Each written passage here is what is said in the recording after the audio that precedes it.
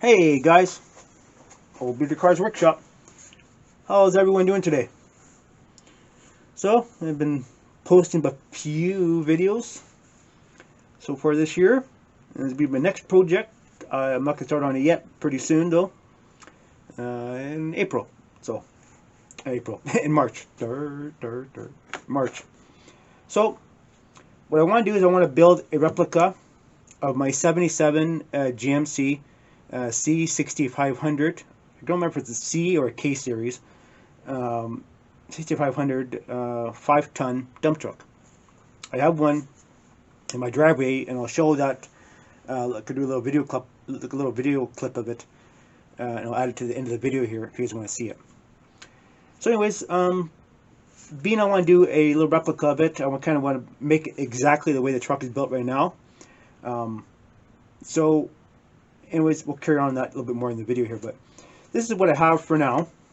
This is a cab. I had converted this, done this little conversion here. Went back, I think it was like 2-3 years ago. It was a water truck before, and I took the chassis apart and substituted it for something else. And I kept the cab for this project I've been thinking about doing for quite a while. So, my truck, the real truck, has a 427 industrial block in it. And of course it's 2-wheel drive and such, and a 2-speed rear axle, and it's a dump truck, of course. So I'm going to use this kit here. It's one of my very favorite kits for doing conversions. It has everything you need in it, literally everything you need for doing many different conversions. You put different cabs on it, and just this is actually one of my other favorites. Other favorite is the Dodge L700 kit. So this one is very useful. Has 2 different frames in it, and has parts galore and all sorts of stuff. But I'm gonna have to find a 427 equivalent big block engine, and my parts find one. So like the 427 industrial blocks are different from the 427 blocks you have in high performance cars, because industrial engine, the heads are taller. I think actually the block is actually taller in general, but so it's industrial block. And tell you a funny story. A friend of mine, well, acquaintance anyway, he got a 427 block out of industrial truck too, and he put in his pickup truck. And we were kids back then. It's it's gonna work. Well, what happened is you had to put a hood scoop on the truck because the block was too tall. It wouldn't fit under the hood, and that's when I learned that the heads were taller than normal. So that's one of the things we have to do. Other than that, just basically mount the cab and modify the drivetrain a little bit. Probably shorten the frame on this one here too to make it look like mine. I have to make custom tanks because mine have the big square, rectangular tanks on them.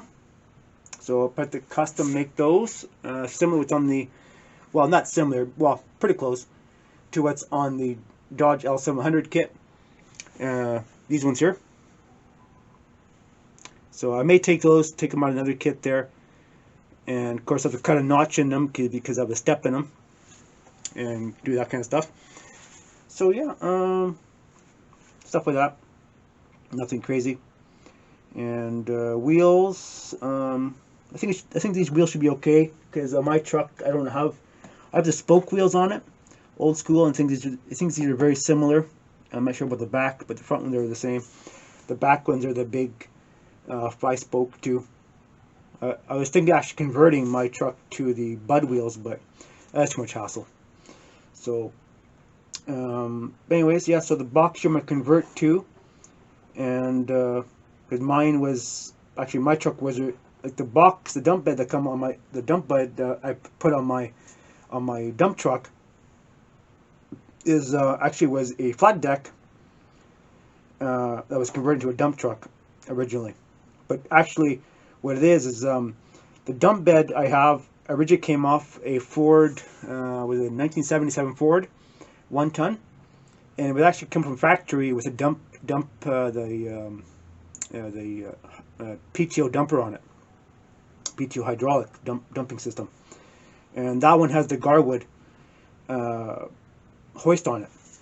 So it was kind of a popular thing for was a special order back in the day, back in the 70s.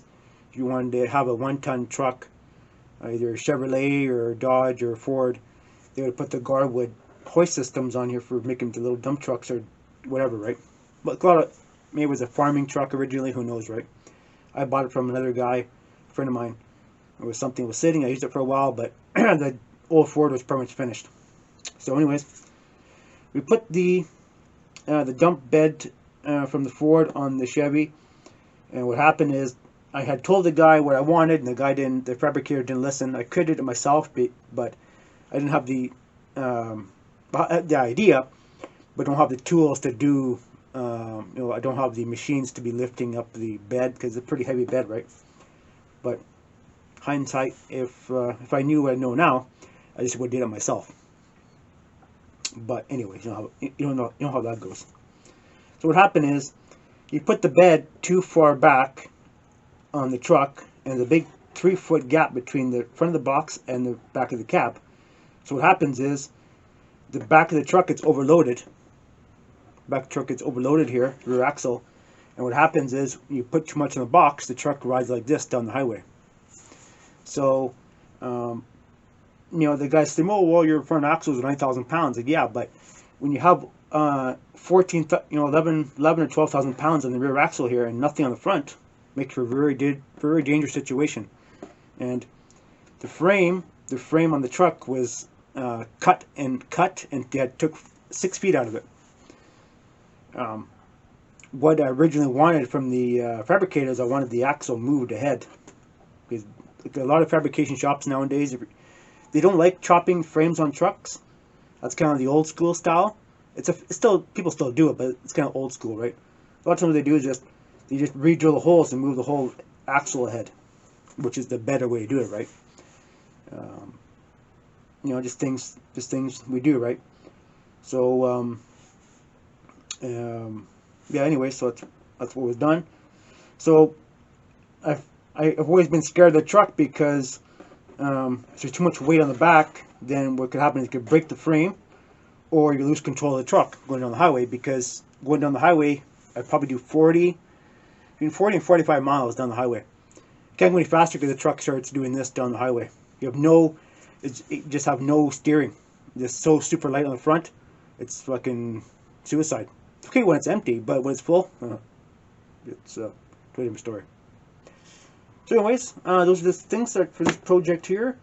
It would be nice to build something like this again another time, with a different kind of engine, maybe a little Detroit or something in it. The Detroit 6V or 8V, a 671 Detroit diesel, or the 871 diesel.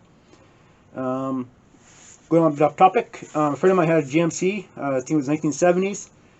I think it was a 10-ton dump truck, and his had the 6V in it. So, and that thing, they call them the Screaming Jimmies, and they also use 6V and 8V Detroits in them, and very distinctive sounds as Detroits make. And actually had the opportunity to drive one many years ago. Everything nowadays is all modern, Cummins and Packard and Caterpillar. It's all modern stuff, right, compared to the old stuff. But I've been driven too many Detroits in the past years. So, anyways, guys, yeah. So I'll put a little video in the back of this video here of my truck sitting outside, and you guys can see what I'm talking about. So, thanks for watching, and stay tuned for updates and videos on this project coming up. It's going to be very interesting, and I'm pretty sure a lot of you guys will enjoy the build.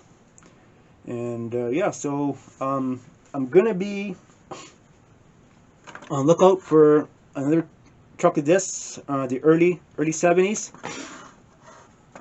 GMC trucks, heavy duty industrial model. I forget the company now who makes the industrial resin cabs. You guys can probably put that in the comments below. I forget who does it now. I think it was Krautcan, I'm not too sure, something like that. Was some model company that was making the resin cabs. I have to get a resin cab to do another project at a later date. So, anyways, I love my industrial trucks. So, guys, yeah, stay tuned for that. Thanks for watching. See ya. Hey guys, Old Beater Cars Workshop. Well, there's my truck. Tell you guys about my little 5-ton. So yeah, it's quite the little beast I have there, and it suits the purpose and everything. It's out there in my little driveway, and I do the filming from outside, but I'm so close to the road here. I always get worried about people spying on me all the time. So if I'm in the shop or something, or out down the orchard or something, or away from the house, I don't mind filming stuff. But anyways, there you have it. My little truck. So 1977 G6500 5-ton, converted into a dump truck. Did the conversion last year. So there you have it. Okay.